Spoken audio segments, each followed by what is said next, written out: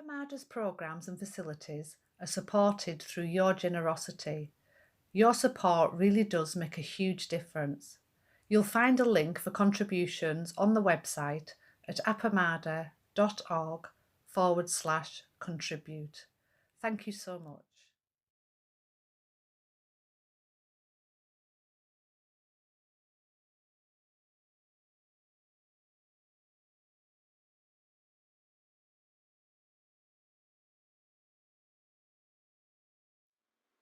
Good morning, everyone.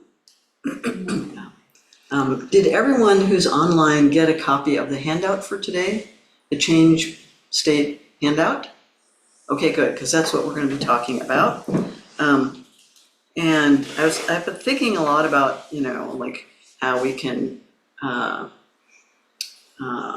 review more of that fourth column, which I think we'll probably do tomorrow, and talk a little bit more about the evolution of sanghas. But having this change state background will be useful for that discussion. So I thought I would do that. And I was thinking about, okay, so we have a lot going on in the spiritual realm these days, There's a lot of work around use of psychedelics in spiritual practice. There's, mindfulness in schools, and all of this, to me, it's suggestive of which level do you think? Some of it is definitely orange, definitely. Yeah, some of it is very definitely profit-making. Purple? Well,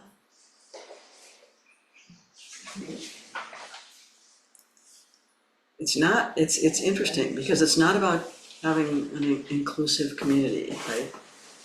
It's about spreading the Dharma in all these different places, or not even the Dharma, but, practices. And we have these phone apps, Calm and, Insight meditation timer. What do you think it's characteristic of? And what does it suggest to you? Certainly orange, because there's a profit motive in bunches of it, in a sense of. Turquoise? What? Turquoise? No, it's not even turquoise yet. yellow. Is it Yellow. Yellow. Yeah. It's all about this flux and flow, and it's also a kind of secularizing of the Dharma. So in the schools, they have to strip all of the Buddhism out of it to teach meditation, right? To teach mindfulness, and any other sort of public place. They, they can't even ring bells to start and stop a little meditation period. So, but you see that that's because you're taking, a yellow level activity into a blue level system, right? So, so you can't, disturb that system. So it's interesting to me. I mean, you see with the conflict or intersection of different levels, everywhere you look, you'll start to see, oh, I see what the problem is here. There's a blue level structure.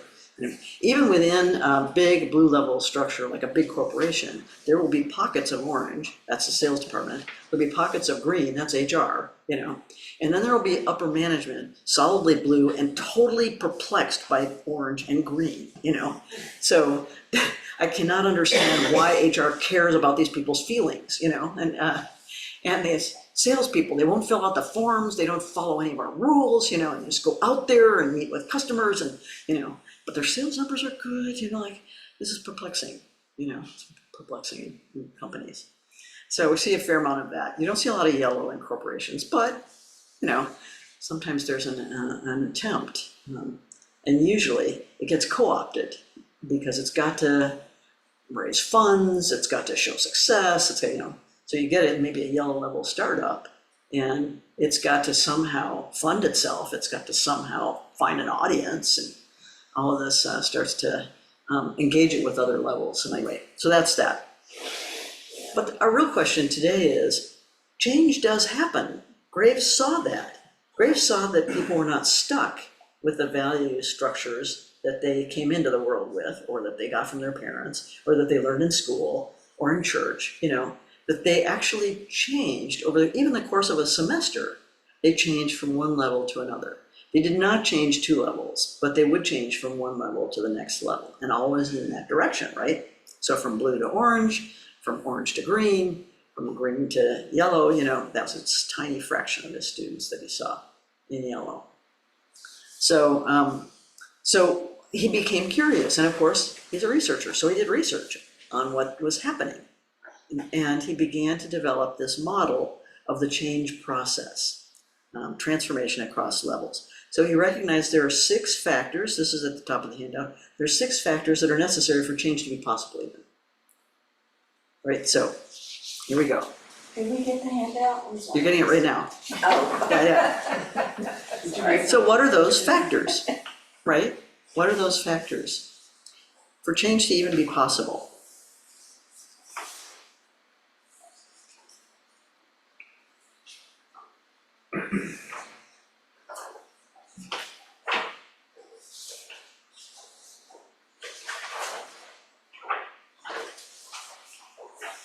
We should have plenty of them. Okay. So, so here's at the top 6 necessary factors for change to be possible. So what's the first one? Glasses. Neurophysiological potential must be present. Okay, what does this mean? The person has to have the capacity to get to the next level. Like they have to be sort of neurologically wired in a way to make it possible. So, you know, when we talk about the environment and then the internal capacities that are a match for that environmental level, you know, new capacities need to be developed in order for people to have the ability to make a jump to another level, right? Okay, so that's the first one. Second one? Resolution of existential problems at current level. Okay, so while we're dealing with existential problems at orange level, for example, we have no bandwidth left to worry about any other thing than that. We're focused on how do I make a living? How do I get from point A to point B? How do, we're focused on the problems of that level. But once those problems are solved, I'm making a good living, let's say we're an orange level, I'm a success at my work, that stuff has to be resolved before there's any energy left to shift to another level, right? Otherwise, your energy and attention are totally consumed by the existential problems at that level. So there has to be a resolution of those problems that are presented by the current level. That produces the free energy in the system. Okay, Mary Beth. Dissonance from within or outside the person. That dissonance is something doesn't fit, something doesn't feel right, I'm working really hard, I'm making a lot of money, but somehow I'm not satisfied, or I'm in some kind of a crisis and it doesn't seem like my strategies from this level are gonna resolve that crisis, right? Globally, we're in that situation right now, of course, right? We have catastrophic crises all around us. Some new level of thinking is required, right? A jump up is required in order for civilization to preserve itself. That's where we are. So, but personally also, right? There has to be a sense that this isn't working, this job isn't for me, or something isn't fitting. In the beginning, that is a small nagging doubt, but it grows and grows and grows until it becomes kind of a chasm, right? And something has to be done. Something has to be done. Okay, so what's next? Insight as to how to behave in meeting with problems. Right. So here I am, I'm in this, I'm in IBM, I'm in a cubicle, I want to do something different. I don't know what it is, I have this head banging thing. I have some savings, I don't know what to do, and then I have an insight. I'm going to open my own B&B. There has to be an insight. That's what actually shifts things. Okay, Lori. Removal of barriers to implementation of insights. Okay, so I have this insight, but what are the barriers, what's holding me back from being able to realize this insight, be able to actually do it? And so those barriers have to be removed, right? So maybe I'll draw on my savings and buy a place, it's just like the barriers have to be removed in order for you to be able to implement that insight. There are lots of people have insights, but they don't go anywhere, right? Because there are barriers. Okay, 6, Dan. Consolidation of the new ways of being. Okay, so there has to be some consolidation then at that next level, right, where you sort of get it established. It's an entirely new way of thinking for you. It's an entirely new way of viewing the world, but it has to sort of get established. Those are the necessary criteria. So now he talks about the stages in the change process, and you'll see how these criteria play out.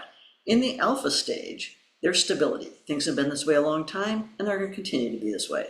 A person at this stage sees no need for change. Everything's working. Everything is going fine.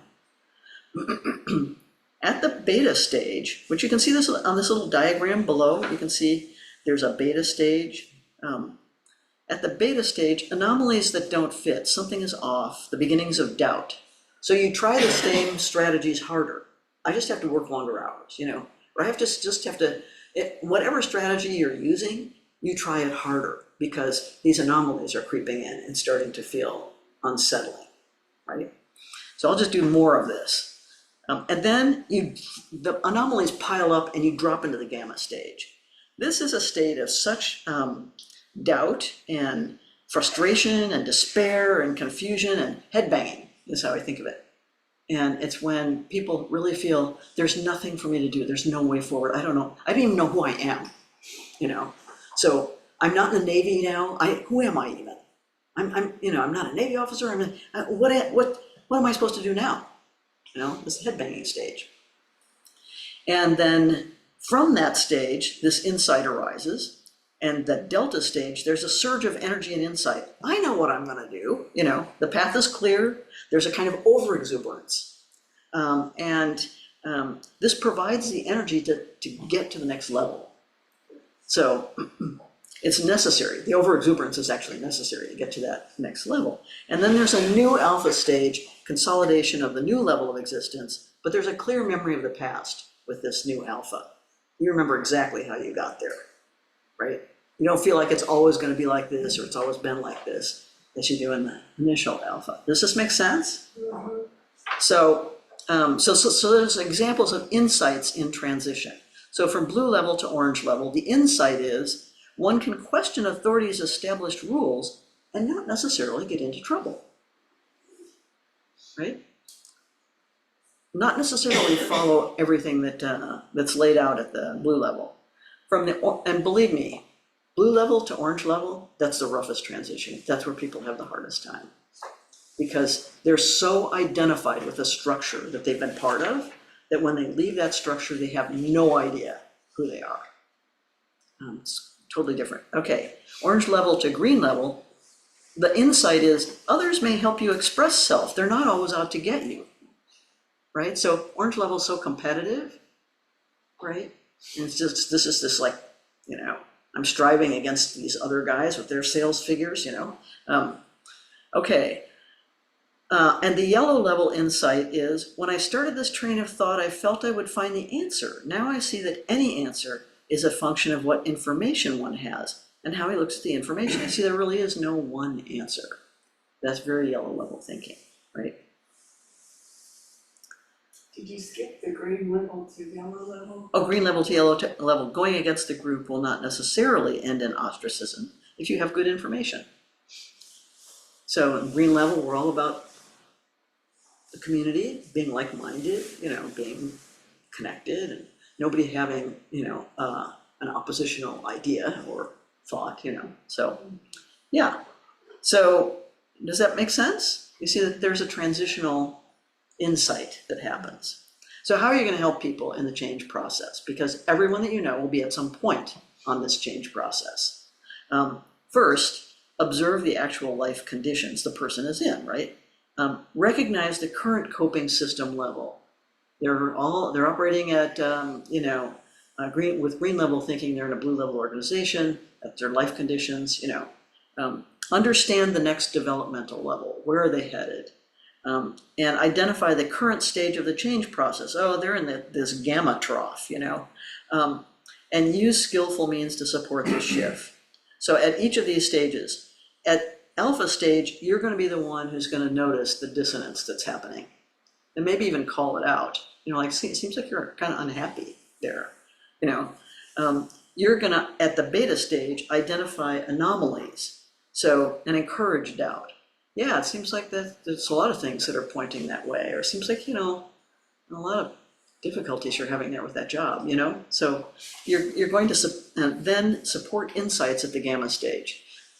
I think when they're in that gamma trough, you have to recognize it's almost suicidal. Like they're literally banging their head against the wall. So first, you have to keep them alive. You have to say, well, we've been through rough times before, and we'll get through this. You have to support their willingness to continue, and say, yeah, this is a tough time. We go through tough times in order to find the new chapter in our lives. What's the next chapter going to be? You're going to support the coming insight. And when they have that insight, and it seems, oh my God, I can't believe they're doing this. They're so excited about it, but I don't know if it's going to work or not. You just have to support the energy, so that the person has the energy for that shift, right? And then you celebrate the delta stage and modulate the grandiosity a little bit, right? Just not throw cold water on it, but just yeah, that'd be great if that happens. That'd be so fantastic, like that. And then you help consolidate the new alpha stage. I'm bringing all my friends to your yogurt shop. There's a recognition. Oh, at each of these stages, change process stages, there's a way of supporting that fosters that development, to the next level. Does that make sense? So the little diagram below is a kind of self-assessment that people can do. And they have some questions that they'll ask, and then they'll produce a little map like this that shows you where you align. But you can tell for yourself, how much of alpha, a time of stability and congruence when solutions match the problems, how much of the alpha are you? This is just the one that's there where there's little blue arrows. Those little blue arrows are where that hypothetical person landed on this map. So they were about at 13 of the alpha stage, at almost 0 of beta, 3 of gamma, 11 of delta. They're actually at the next alpha. So they still have the memory of these other stages. That's why there's a little bit of alpha, a little bit of beta, a little bit of gamma, but it's very low. And then you see that where they're really positioned is in this next alpha. The complexity of problems and thinking again come into alignment so that balance seems to be restored. You start to feel, yeah, this will fit, this works, I can do this. Okay. I don't understand what the gray boxes are. That's what I'm about to tell you. Okay. I So don't really understand the blue arrows either. I don't either. the blue arrows are the hypothetical example of the person who's taken this assessment of where they are in the change process. That's what this assessment will show them. It's like, The blue arrows are you have, I forget what this is out of 30, you have 13, is what your assessment shows. But is this over time, you mean, or is this a snapshot of? It's a snapshot. Okay, so you're at all these different stages at the same time? Yes, because at this next alpha stage, you recall all of these other stages, right? So you still remember what it was like, and it's a little bit higher for alpha because you're in the next alpha, so you're feeling a little bit more settled. And it's very low for gamma, so you've gone past that stage. So that's why it's almost nothing. This would be in a particular area of your life. Could be, yeah, it could be. Because you said we're not putting people in a. No, it's not a typology of a person, it's a dynamic, this is a snapshot of a dynamic change, right? Snapshot of the change, where they are in the change process. So it might have to do with their whole life goals, understanding of their existence. It might have to do with their job, or their family. So the I have a question. yes. Hi. Could you clarify, as you were describing this, you were saying we would blah, blah, blah with this person. Who are the two people that were kind of talking? Could you clarify that? It could be anybody. I mean, it could be you plus anybody else. When we're in a caregiving relationship, or a teaching relationship, it's really helpful to know, oh, this person, you know, rather than to think, oh my God, I've got to, you know, call the suicide hotline, this person is suicidal. It's helpful to think, oh, they're in that gamma trough because they've decided to take this step, you know. And so it's kind of helpful to know where people are in the change process so that you're not subverting the changes, right? So it'd Or, be like a teaching or parenting right, or even friend. or even friend, yeah, exactly. So you're not undermining what's a transformational process that's in the middle of happening, you know? And so that you recognize when people are satisfied, when they're content, they're at that alpha stage, there's no need to trouble them, you know? But they're gonna start to notice some anomalies, and those are things that you can say, yeah, that is kind of strange, you know, that is really, it seems like a couple of those things have come up for you, you know? Like, you're sort of supporting the movement is what you're doing. Does that make sense? Absolutely. Yes. Thank you. Thank This you. helped me so much with students because they present with all these different, you know, positions on this change, and they're in the middle of changing, you know? And so even teaching them the change state process helped them a lot because it sort of normalized what they thought was very weird happening to them. You know, like, I don't know why this isn't working. I don't know, I don't understand, you know. I study and I study, but I'm still not getting good grades. And, you know, they're in the middle of transitioning to a new way of thinking about their mind, right? And still trying to come up with the right answers like they do in high school, you know. So understanding, and we'll see this in spiritual development, people will go through these shifts, you know. And so there's this plateau, and then people have some, you know, spiritual, sometimes even like a dark night of the soul, like a big crash, you know. And they don't even know who they are now. They don't have any idea, right? And to understand that place is to support them in it as they're moving through it. It's their movement. You're not making anything happen. So to what you were talking about, Kim, last night, about how do you help people transform, this is the way that you can help people transform. Supporting rather than Exactly, doing. rather than making that happen. Yeah. Yeah, exactly, exactly. So the bottom left gray box, flex. So this person has, out of 30, their flexibility, that's their flexibility. So in a sense, you know, how strongly are they grasping onto this, or are they flexible in their thinking, right? So this person has flexibility of 20 out of 30.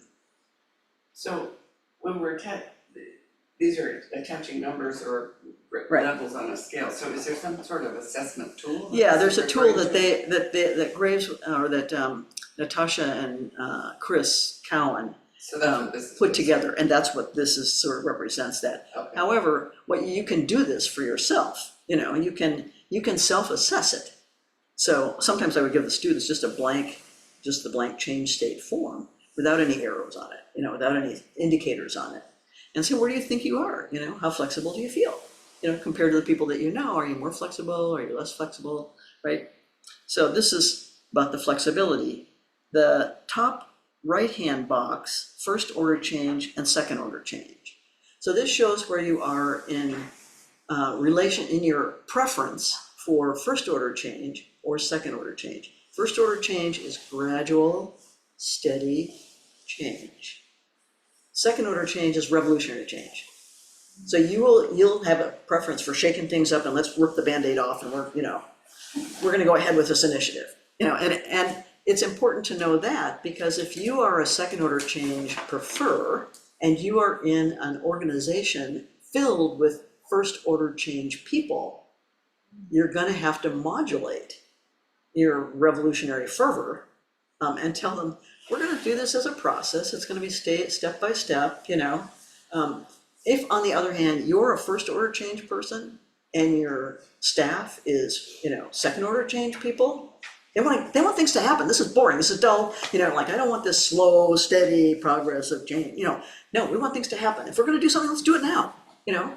And that will be, so that helps to understand, prefers, you know. And then the bottom one is prefers order, thrives on chaos.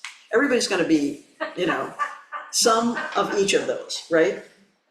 But they're, you know, there are extreme chaos agents in our culture right now. And they're actively, more chaos, the more chaos, the better, right? And then there are extreme order people. These people are at loggerheads with each other. The extreme order people are, like, no, things have got to be ordered. There's got to be orderly. And this is what you see in schools all the time. Like, more order is needed. If a person with that preference prefers order, it's always more order is needed. More command and control, more surveillance, more, like regulations, more policies. That's going to be that person. And so meanwhile, the chaos agents are like, like, we don't have to do what they say. So does this make sense? I mean, I know we're kind of at the end of our time, right? It's 7:32 and we have until 7:40. Awesome. Okay, so we have time for your questions about this, because this is a lot, and that's why I give people a handout, because you can't just talk about it and talk through it. But you can see how useful it might be, even thinking about another person. Where would I put them on this change state indicator? How much flexibility do I think they have, right? Do they tend to prefer big changes, or do they tend to prefer things slow and steady? This is how we can connect with people where they are, in a sense. Does that make sense? So if you're baffled by someone, you might take this out and say, no, maybe I'm baffled because I don't understand exactly where they are, and they seem to be in the middle of some kind of change, but I don't really understand where they are in that process. So What are the factors that go into somebody, say, for example, prefers order or thrives on chaos, right? So everybody in this room took this assessment, right? We're all gonna plot different, right? And you could argue that there's an ideal way of being in order to be, like, some people are gonna be more willing to change and some aren't. that's the flexibility piece. So all of these, like, what goes into the factors that make people how they are?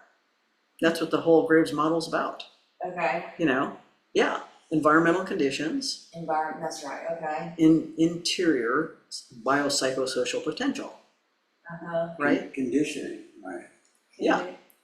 So yes, there'll be variability, but there wouldn't be a lot of variability. I wouldn't expect, that we'd be in both of these measures.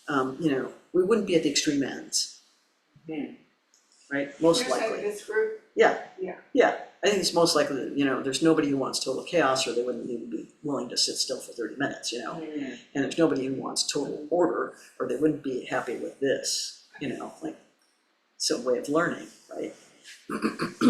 So for me, it was really helpful because I could understand better, okay, they are changing, my students are changing, and here's where they are. And I will tell you, at the midterm, they would always be in the gamma trough. And I would get these midterm portfolios that would say, I don't know what I'm doing, I don't know what the teacher wants, I feel like there's just not enough direction, and I just feel like I'm at sea here, like total headbanging in the gamma trough. So just knowing that's where they are was helpful for me. Yeah, Becky?